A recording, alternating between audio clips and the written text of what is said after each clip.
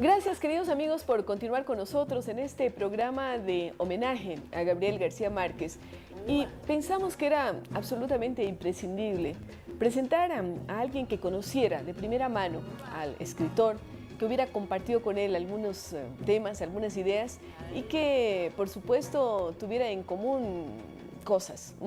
Así es que queríamos invitar a Pablo Guayasamín, porque él, no solamente por ser el primer hijo de Osvaldo Guayasamín, tuvo la posibilidad de estar en contacto con una serie de personalidades, pero también viajó con García Márquez, tuvieron la posibilidad de estar en un vuelo juntos y de ver cómo su padre pintaba los retratos de García Márquez. Bienvenido, Pablo, y gracias por estar con nosotros en este momento. No, a ti muchas gracias, Rosalía. Siempre hablar de García Márquez es hablar de uno de los hombres posiblemente más grandes que ha dado nuestra América Latina en el mundo de la cultura, en el mundo de la literatura, del periodismo.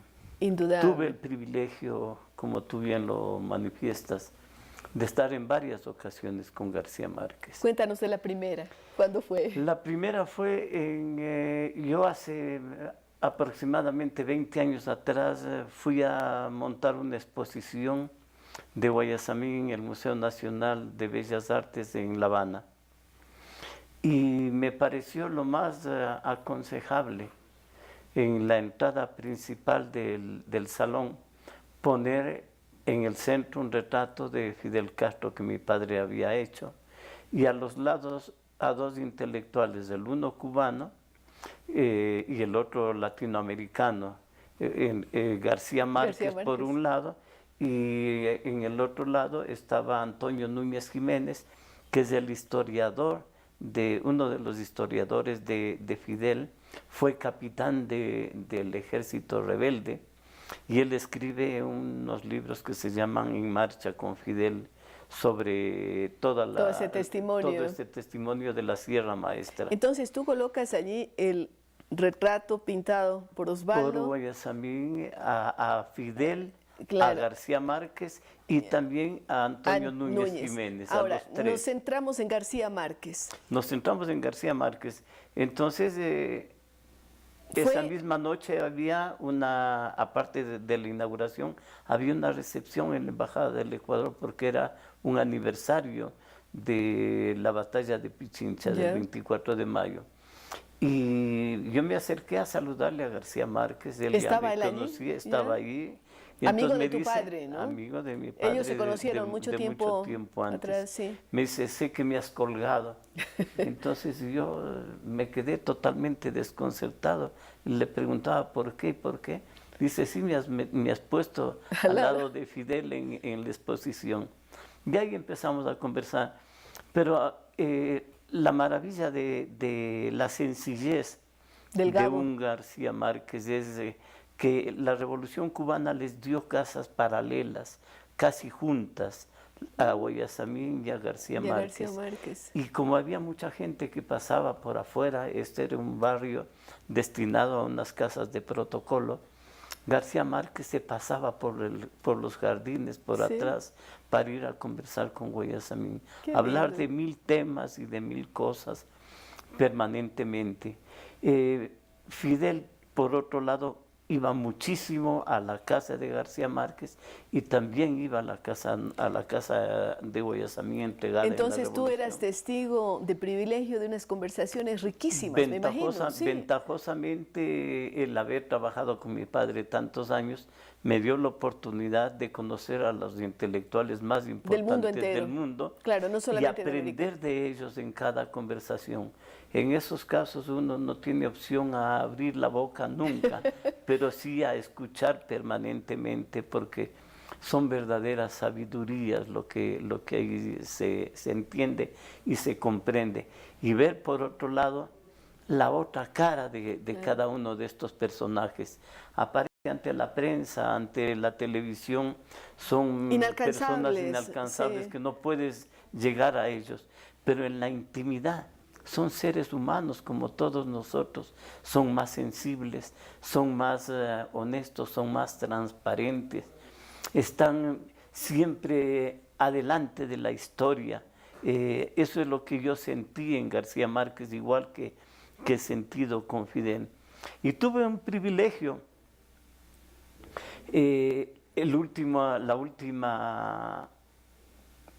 encuentro que existe entre Fidel, García Márquez y mi padre. ¿Se da en dónde? Se da en La Habana, cuando son invitados varios intelectuales de América Latina para celebrar un aniversario más del triunfo de la Revolución Cubana, un 28 de diciembre. Había un hecho muy doloroso. Mi padre no se había reunido con Fidel en aproximadamente 2 años. Esto fue porque había un dolor profundo. Nosotros perdimos 3 familiares en el accidente de Cubana de Aviación acá. Sí, lo recuerdo. Y Fidel no se había nunca acercado a Guayasamín a darle el pésame. Entonces estaba Guayasamín dolido. tampoco había ido para Cuba por esa razón. Y estábamos en una casa de protocolo, estaba Pedro Jorge Ver, estaba Jorge Enrique Adún con sus respectivas cónyuges, estaba mi padre y yo le estaba acompañando junto con Patricia, mi esposa. Y en un momento determinado todos salieron hacia el aeropuerto para tomar el avión para Santa Clara. Y a nosotros nos dijeron que nos quedáramos ahí, mi padre, Patricia y yo. Y a las 8 de la mañana llegó un carro y era el comandante. Y les vi darse un abrazo y nunca hablar una sola palabra. No dijeron nada. De todo ese hecho sentimiento doloroso. Sí. Pero luego después ya llegamos al aeropuerto y yo sorpresa que en ese mismo vuelo iba García Márquez. Así es que te tocó volar desde La Habana a Santa Clara. Exactamente. Iba el comandante, iba García Márquez, iba mi padre. Fidel me había dicho minutos antes, cuida a tu padre porque le veo un poco agotado. Cuídalo, cuídalo, me venía repitiendo todo el tiempo. Y todo este vuelo iban conversando García Márquez, mi padre, Fidel, sobre el discurso que Fidel iba a dar. García Márquez iba leyendo los apuntes que tenía Fidel, le hacía algunas insinuaciones a su discurso, una camaradería maravillosa. Lo más rescatable... Y hubo un hecho ahí. La seguridad de Fidel le dice al comandante, comandante, usted tiene que dejar su arma a un lado. Y él dice, no, porque si tumban este avión, yo salgo vivo, yo necesito mi arma para defenderme. Pero a la final la seguridad le convenció y pusieron el arma al lado nuestro. Y teníamos entre mi esposa y yo la pistola del comandante. Una cosa insólita. Sí. Eso, por un lado, es anécdota, pero otra adicional. Había necesidad de tomar unas fotografías de ese evento, de ese hecho. Y nadie había tenido una cámara, no había un fotógrafo, no había nada. Yo tenía una cámara en la parte de atrás, en un maletín, fui con la seguridad, saqué la cámara, tomé 4 o 5 fotografías, que son las últimas de mi padre junto a Fidel y a García Márquez, y le digo a mi esposa que me tome una igual. Así es que tienes esos recuerdos invaluables. Invaluables, sí. Pero sin cabeza, porque en ese momento hubo un bajón del avión y yo salí sin cabeza. Sí. Pero a los demás se les ve bien. A los demás se los ve perfectamente bien. Qué increíble. Pero maravilloso. Sí, y García Márquez, después de eso, se iba inmediatamente, después del discurso de Fidel, se iba al Caguán porque él iba a ser testigo de honor de la firma del acuerdo de paz entre la guerrilla y el gobierno colombiano en Caguán. Ahora, yo decía, tú sobre todo has resaltado la sencillez de García Márquez, ¿no? El conocer a este ser sin ningún tipo de poses ni de vanidades, sino simplemente el vecino de la casa de tu papá, el compañero de viaje. ¿Cuántos retratos pinta Guayasamín de García Márquez? Hace 2 retratos. Dos retratos. ¿Dónde están esos retratos? Los 2 retratos están en La Habana. Él Ya. decidió que los cuadros se quedaran en La Habana. El uno está en el Museo de Antonio Núñez Jiménez, que es una fundación sobre la cultura y sobre más que nada el estudio de todo lo que es ecología. Ya. ¿Y el otro? El otro se supone que está en el Consejo de Estado. Se supone, no lo Sí. sabes con No, seguridad. no lo sabemos con seguridad, pero nosotros tenemos registros de los dos retratos e incluso hay una filmación del segundo retrato de Guayasamín a García Márquez. Qué bien, queremos agradecerte muchísimo, Pablo, por haber compartido estas vivencias bellísimas y habernos presentado lo que son estas figuras históricas simplemente de la manera más sencilla, de la manera más casual. Gracias, Pablo. Muchas gracias Con a ti, ustedes Rosalía. continuamos luego de una breve pausa. No sé a qué hora sucedió todo.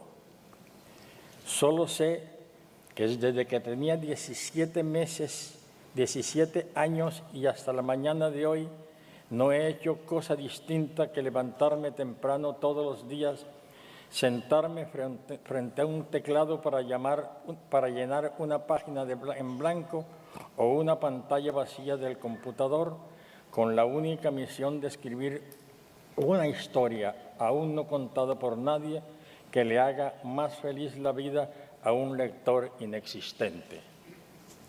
En mi rutina de escribir nada he cambiado desde entonces. Nunca he visto nada distinto que mis dos dedos índices golpeando una y a un buen ritmo las 28 letras del alfabeto inmodificado que he tenido ante mis ojos durante estos 70 y pico de años.